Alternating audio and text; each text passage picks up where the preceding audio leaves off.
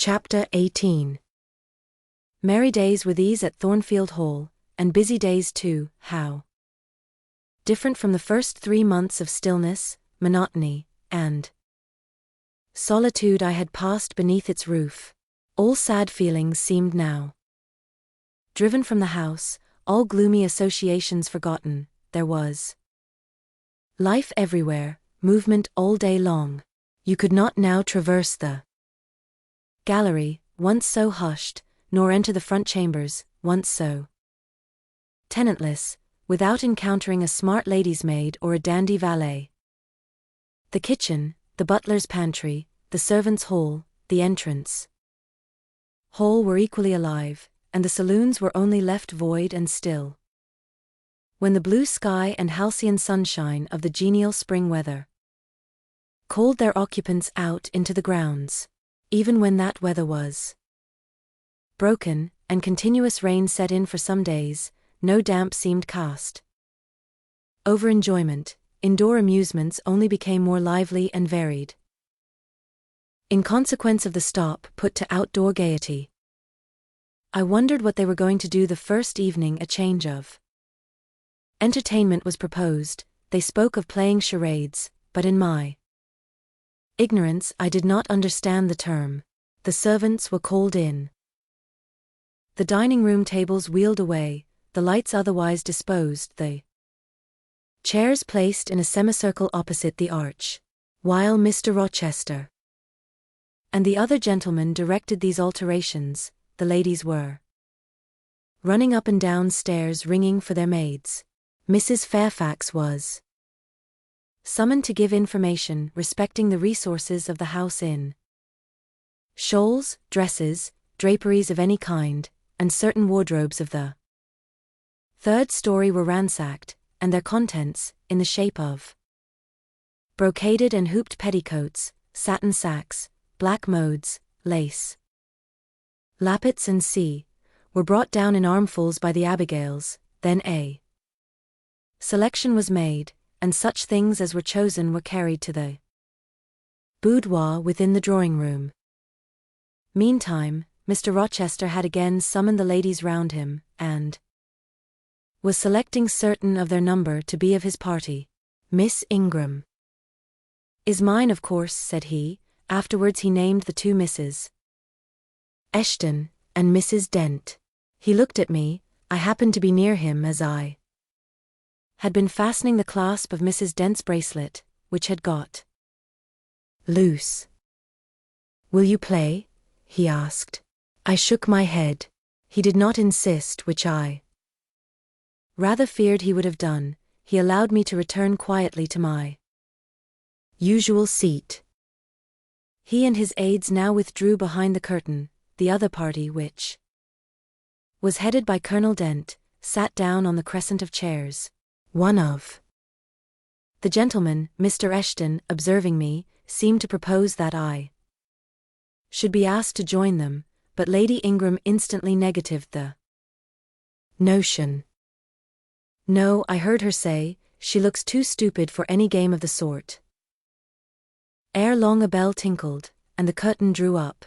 Within the arch the bulky figure of Sir George Lynn, whom Mr. Rochester had likewise chosen, was seen enveloped in a white sheet. Before him, on a table, lay open a large book, and at his side stood Amy Eshton, draped in Mr.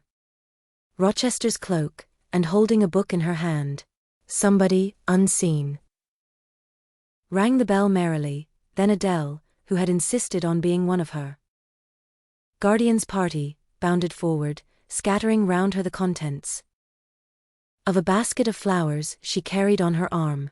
Then appeared the magnificent figure of Miss Ingram, clad in white, a long veil on her head, and a wreath of roses round her brow. By her side walked Mr.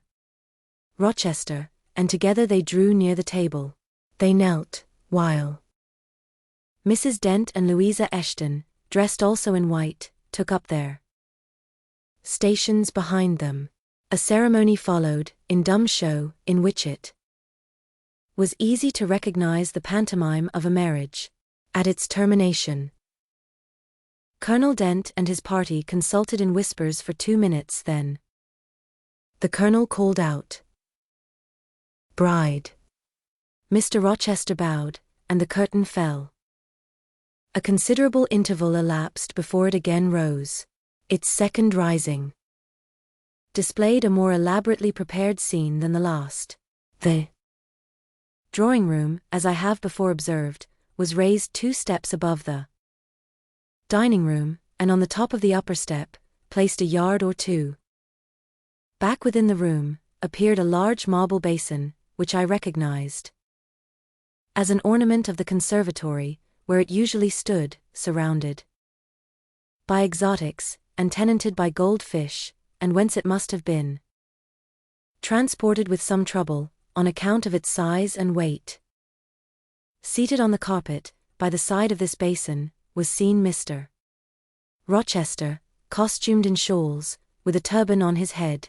His dark eyes and swarthy skin and Paynim features suited the costume exactly. He looked the very model of an Eastern emir, an agent or a victim of the bowstring. Presently advanced into view Miss Ingram.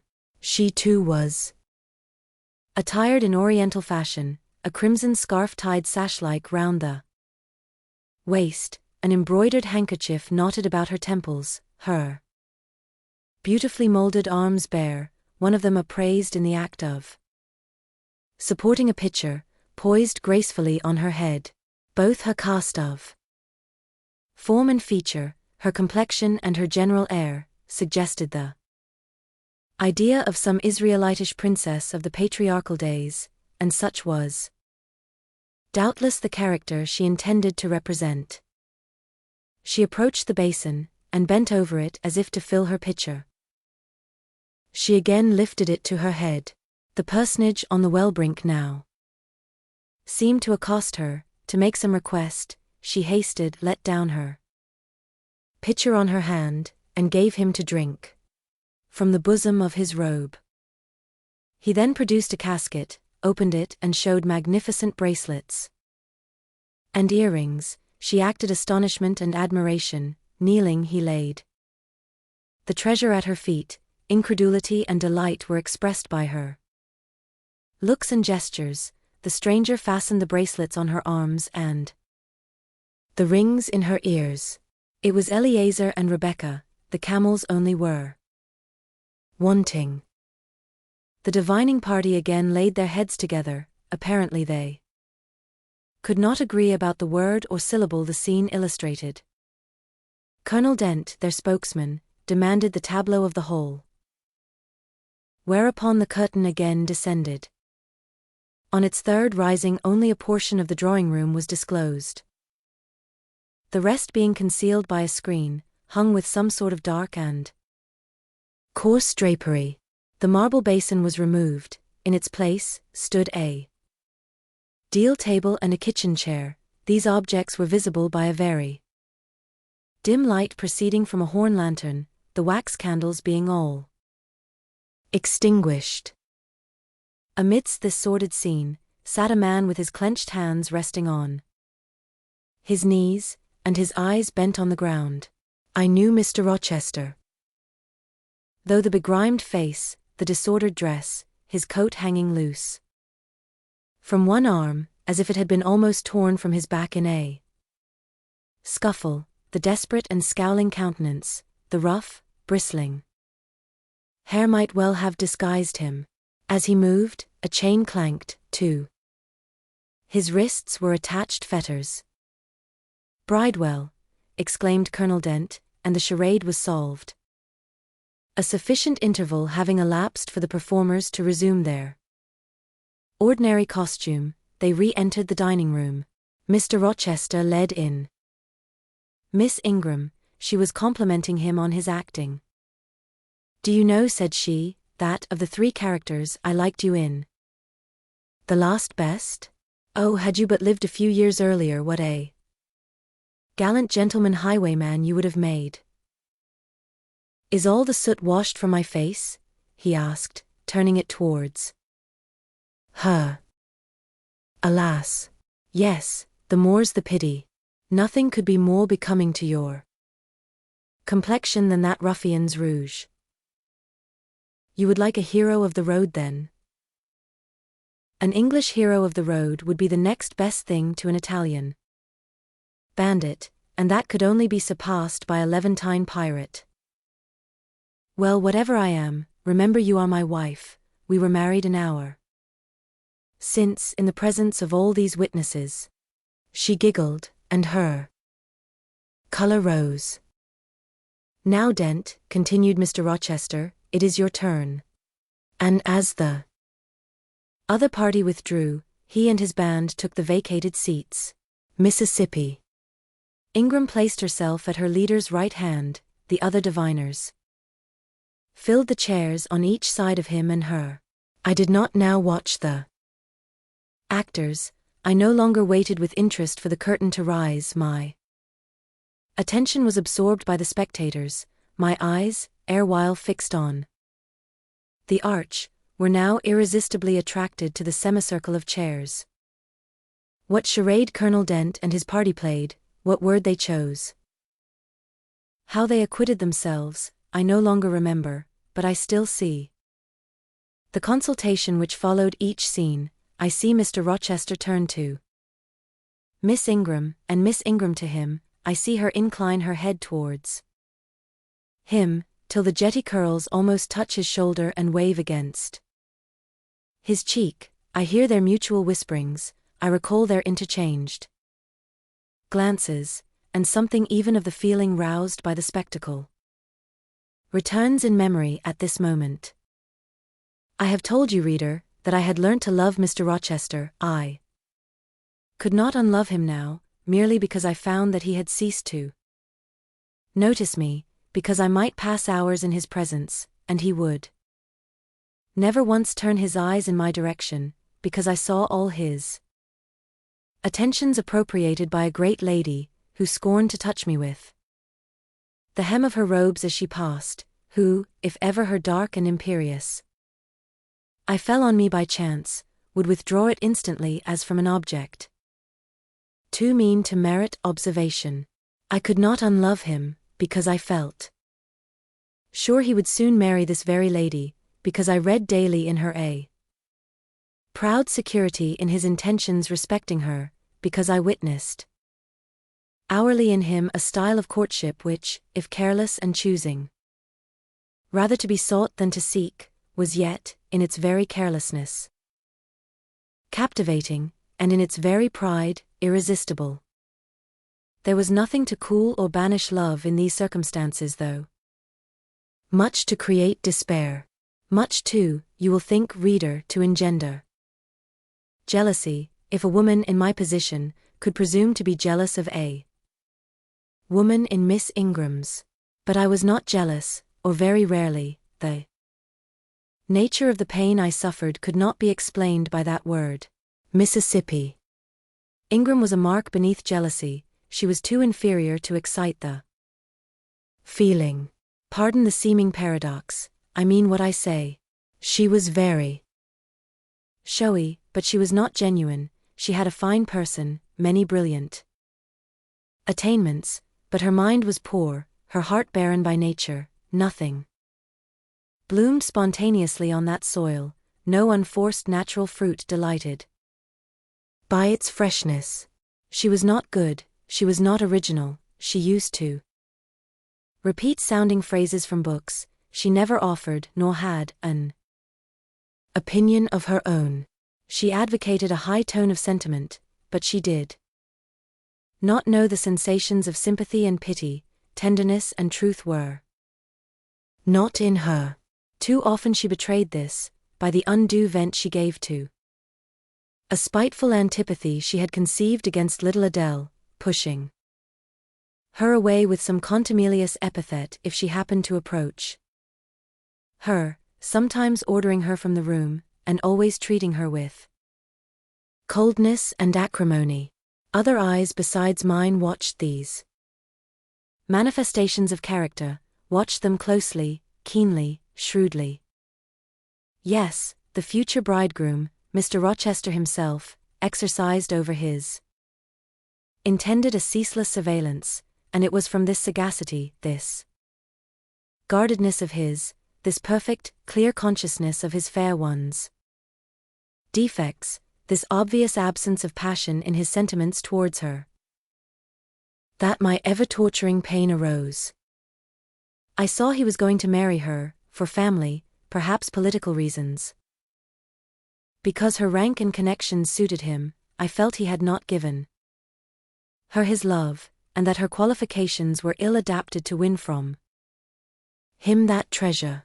This was the point, this was where the nerve was touched and teased, this was where the fever was sustained and fed, she could not charm him, if she had managed the victory at once, and he had yielded and sincerely laid his heart at her feet, I should have covered my face, turned to the wall, and figuratively, have died to them.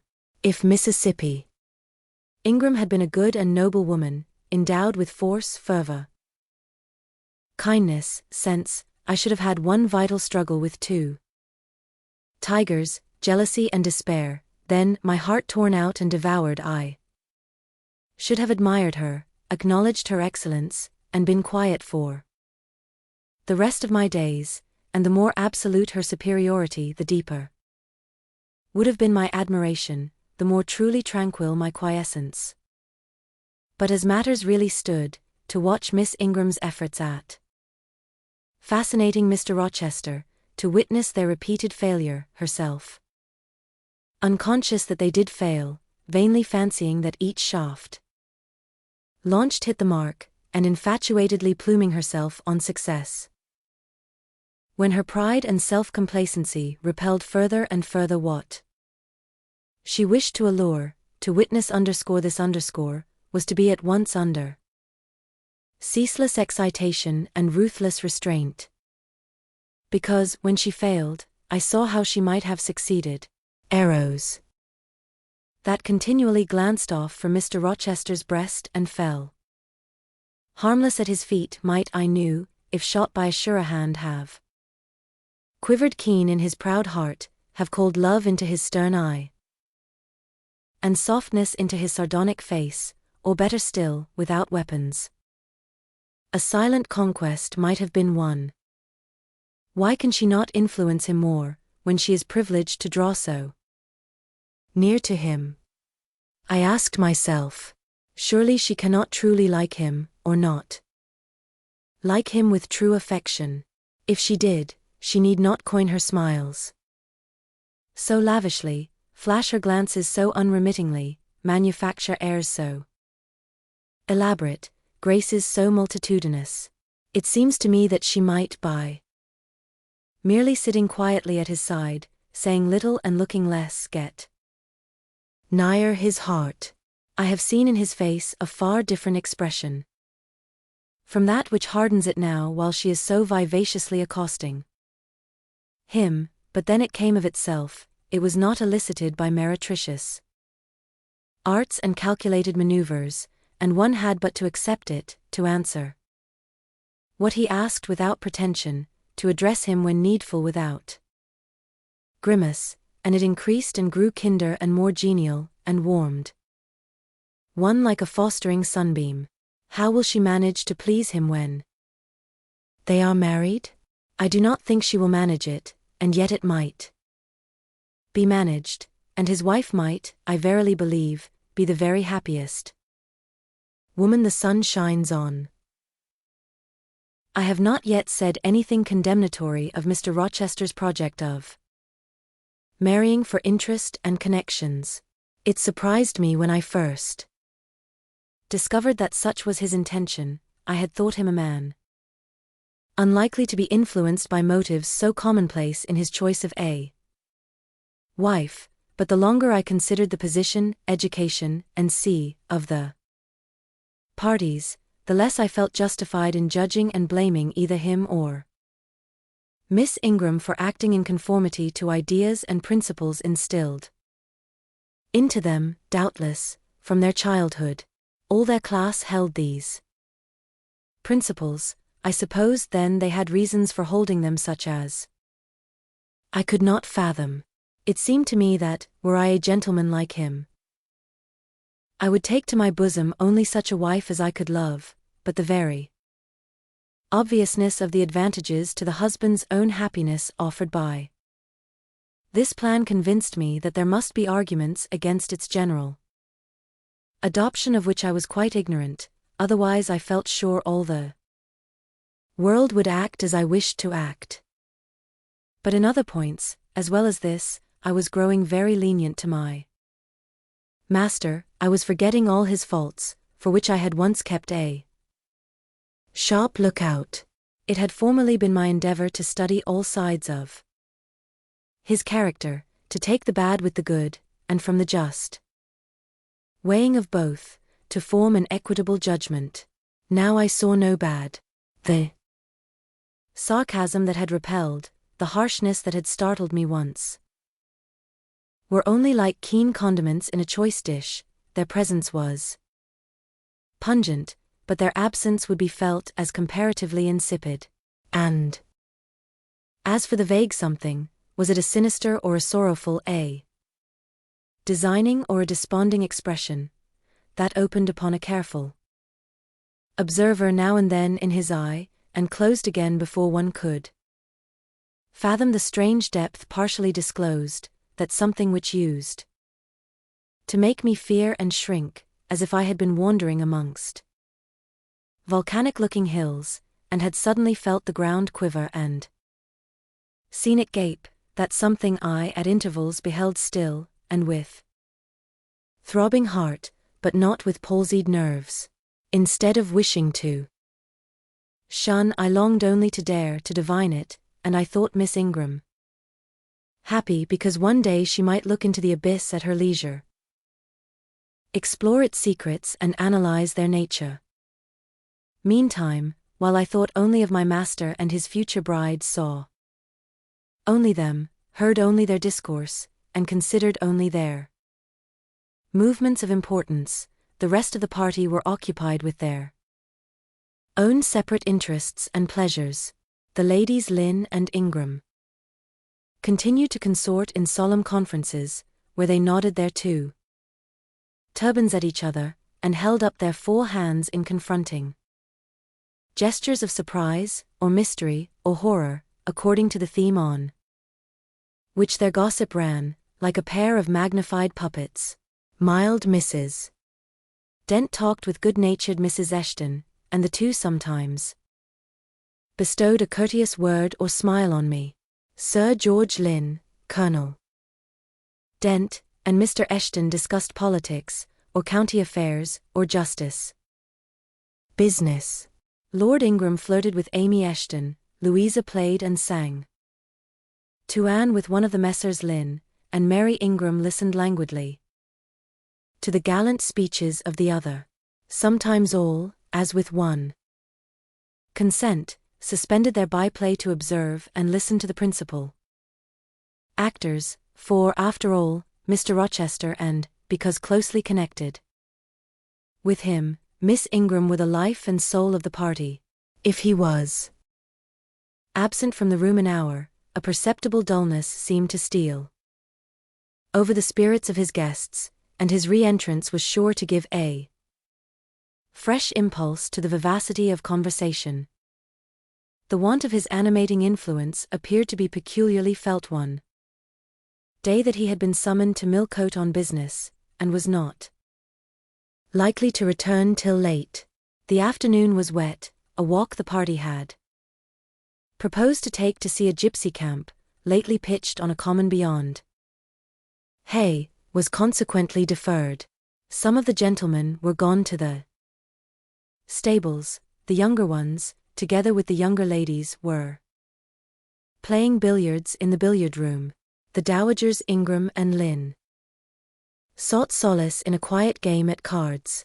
Blanche Ingram, after having repelled by supercilious taciturnity some efforts of Mrs. Dent and Mrs. Eshton to draw her into conversation, had first murmured over some sentimental tunes and airs on the piano, and then, having fetched a novel from the library, had flung herself in haughty listlessness on a sofa and prepared to beguile, by the spell of fiction, the tedious hours of absence.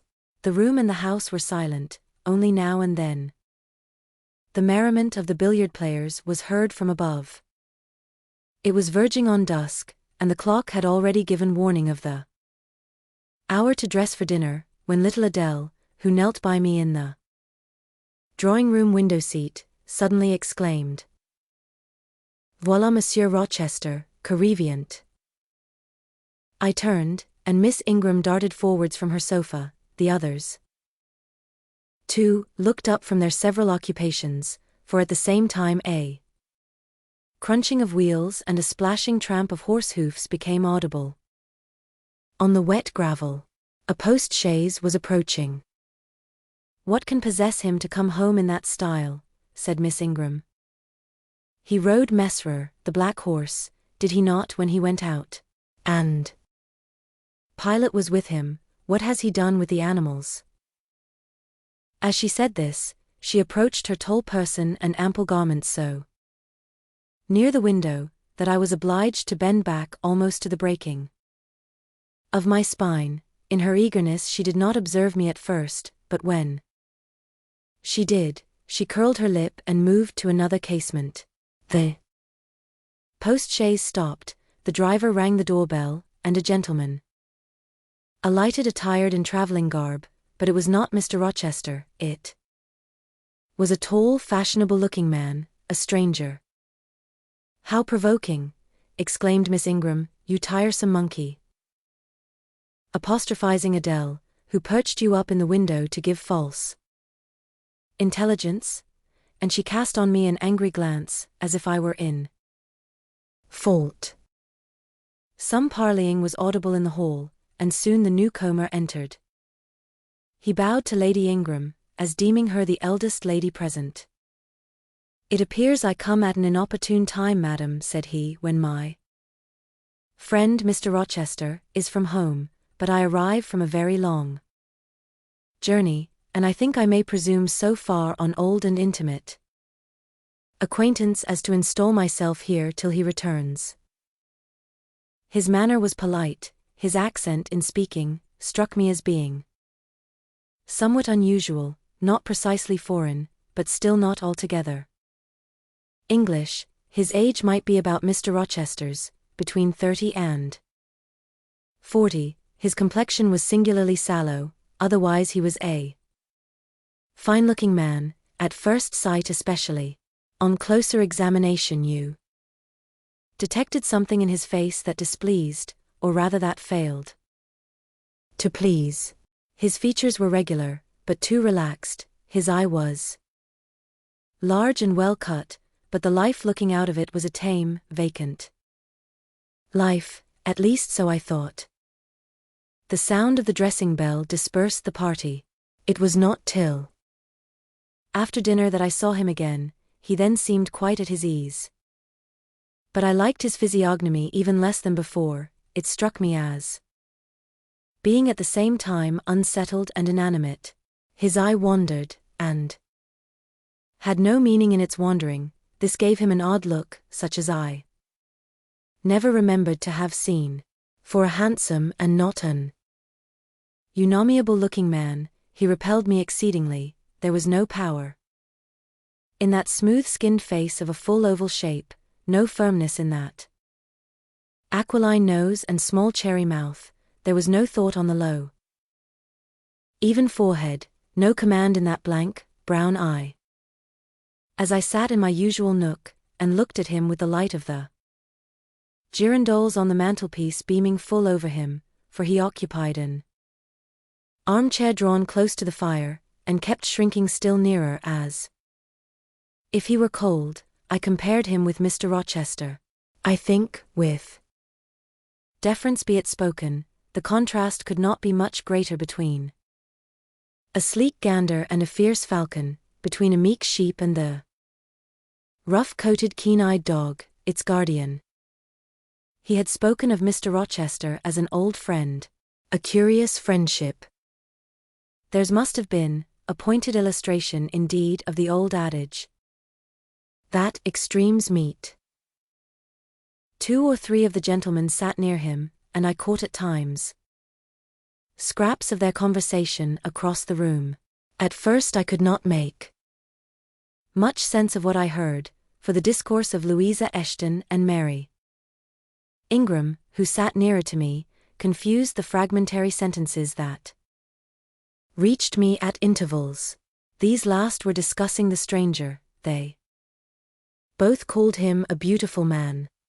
Louisa said he was a love of a creature, and she adored him, and Mary instanced his pretty little mouth and nice nose, as her ideal of the charming.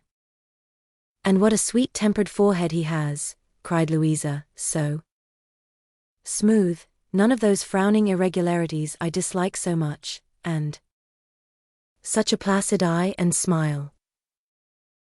And then, to my great relief, Mr. Henry Lynn summoned them to the other side of the room, to settle some point about the deferred excursion to Hay Common. I was now able to concentrate my attention on the group by the fire, and I presently gathered that the newcomer was called Mr. Mason. Then I learned that he was but just arrived in England, and that he came from some hot country, which was the reason, doubtless, his face was so sallow, and that he sat so near the hearth, and wore a surtout in the house. Presently the words Jamaica, Kingston, Spanish Town, indicated the West Indies as his residence, and it was with no little surprise I gathered ere long that he had there first seen and become acquainted with Mr. Rochester. He spoke of his friend's dislike of the burning heats, the hurricanes, and rainy seasons of that region. I knew Mr. Rochester had been a traveler, Mrs. Fairfax had said so, but I thought the continent of Europe had bounded his wanderings, till now I had never heard a hint given of visits to more distant shores. I was pondering these things, when an incident, and a somewhat unexpected one, broke the thread of my musings. Mr. Mason, shivering as someone chanced to open the door, asked for more coal to be put on the fire which had burnt out its flame, though its mass of cinder still shone hot and red. The footman who brought the coal, in going out, stopped near Mr. Eshton's chair, and said something to him in a low voice of which I heard only the words, "Old woman, quite troublesome. Tell her she shall be put in the stocks if she does not take herself off," replied the magistrate. "No, stop," interrupted Colonel Dent. "Don't send her away, Eshton, we might turn the thing to account, better consult the ladies."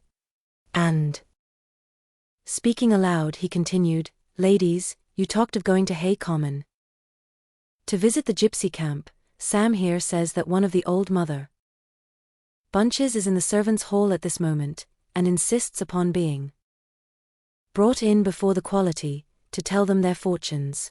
Would you like to see her?"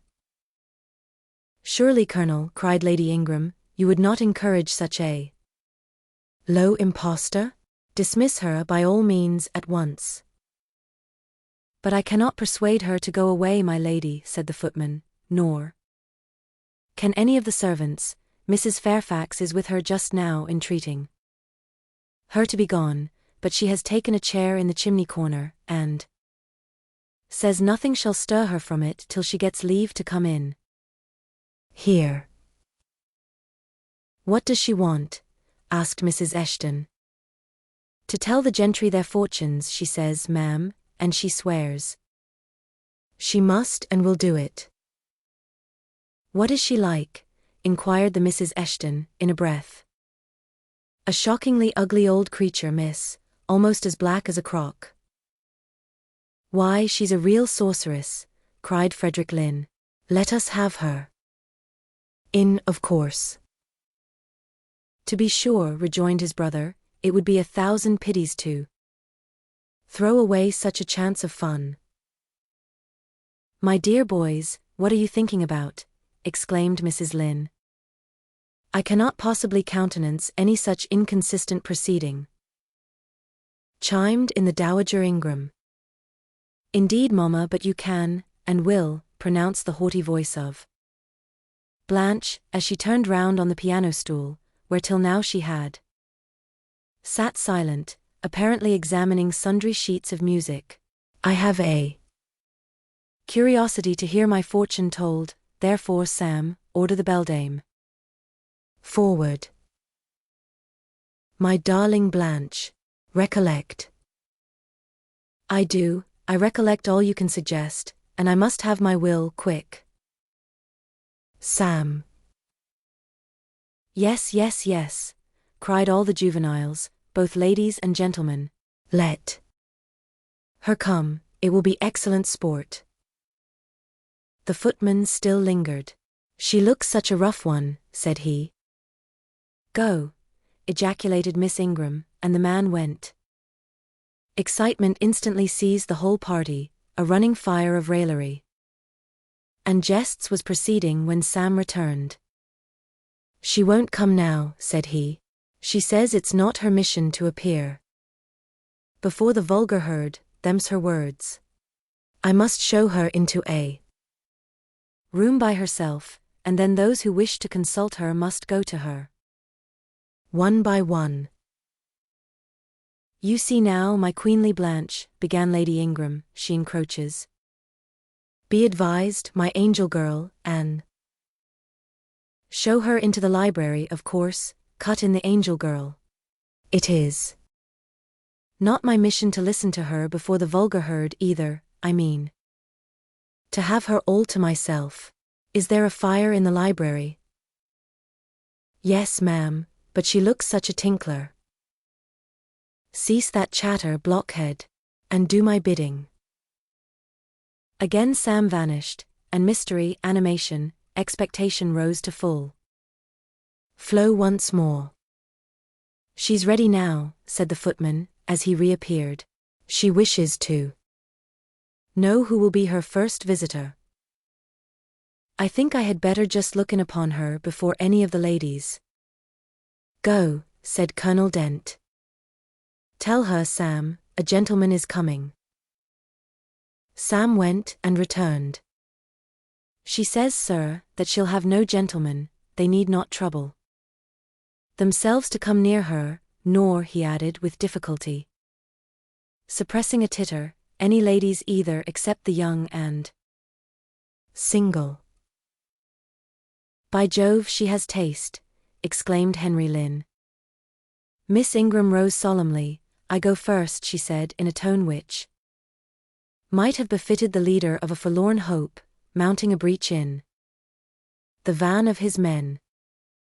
Oh my best, oh my dearest, pause, reflect, was her mamma's cry, but she swept past her in stately silence, passed through the door which Colonel Dent held open, and we heard her enter the library.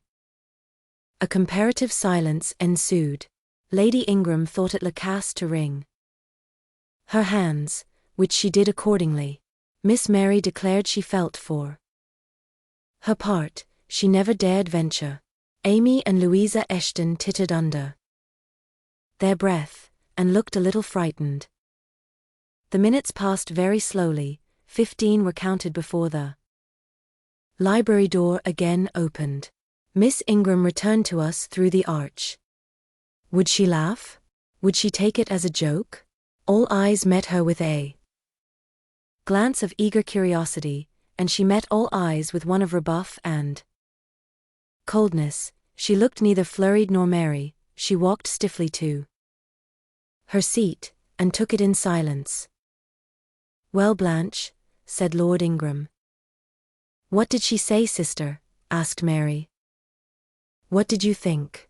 How do you feel? Is she a real fortune-teller? Demanded the Mrs. Eshton.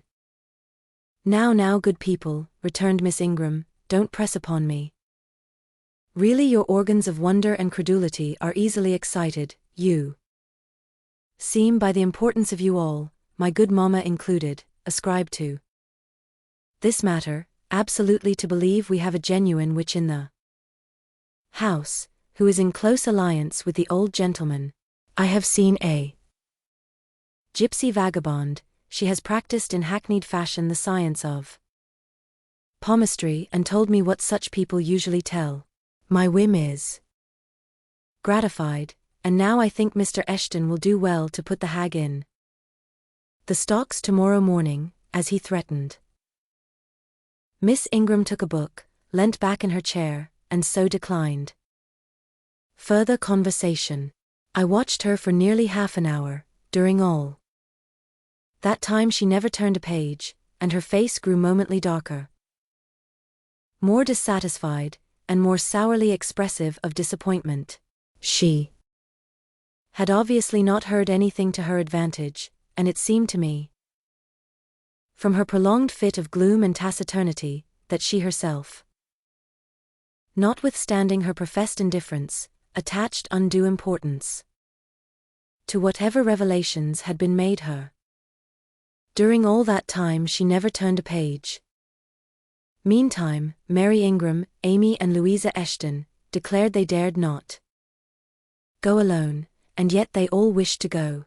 A negotiation was opened through the medium of the ambassador Sam, and after much pacing to and fro till I think the said Sam's calves must have ached with the exercise, permission was at last with great difficulty extorted from the rigorous Sibyl, for the three to wait upon her in a body. Their visit was not so still as Miss Ingram's had been. We heard hysterical giggling and little shrieks proceeding from the library, and at the end of about 20 minutes they burst the door open, and came running across the hall, as if they were half scared out of their wits.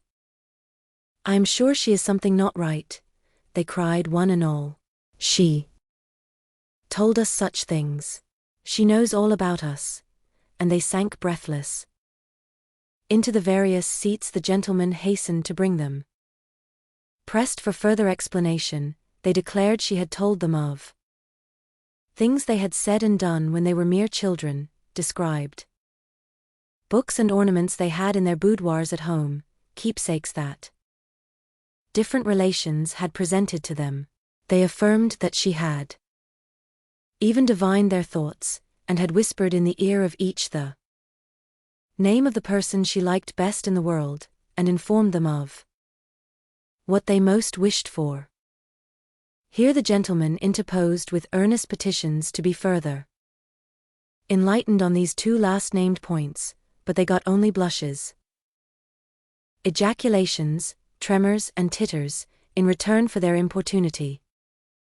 The matrons, meantime, offered vinaigrettes and wielded fans, and again reiterated the expression of their concern that their warning had not been taken in time, and the elder gentlemen laughed, and the younger urged their services on the agitated fair ones. In the midst of the tumult, and while my eyes and ears were fully engaged in the scene before me, I heard a hem close at my elbow. I turned and saw Sam. If you please, miss, the gypsy declares that there is another young single lady in the room who has not been to her yet, and she swears she will not go till she has seen all. I thought it must be you. There is no one else for it. What shall I tell her? Oh, I will go by all means, I answered, and I was glad of the unexpected opportunity to gratify my much excited curiosity. I slipped out of the room, unobserved by any eye, for the company were gathered in one mass about the trembling trio just returned, and I closed the door quietly behind me. If you like, miss, said Sam, I'll wait in the hall for you, and if she frightens you, just call and I'll come in. No, Sam returned to the kitchen, I am not in the least afraid. Nor was I, but I was a good deal interested and excited.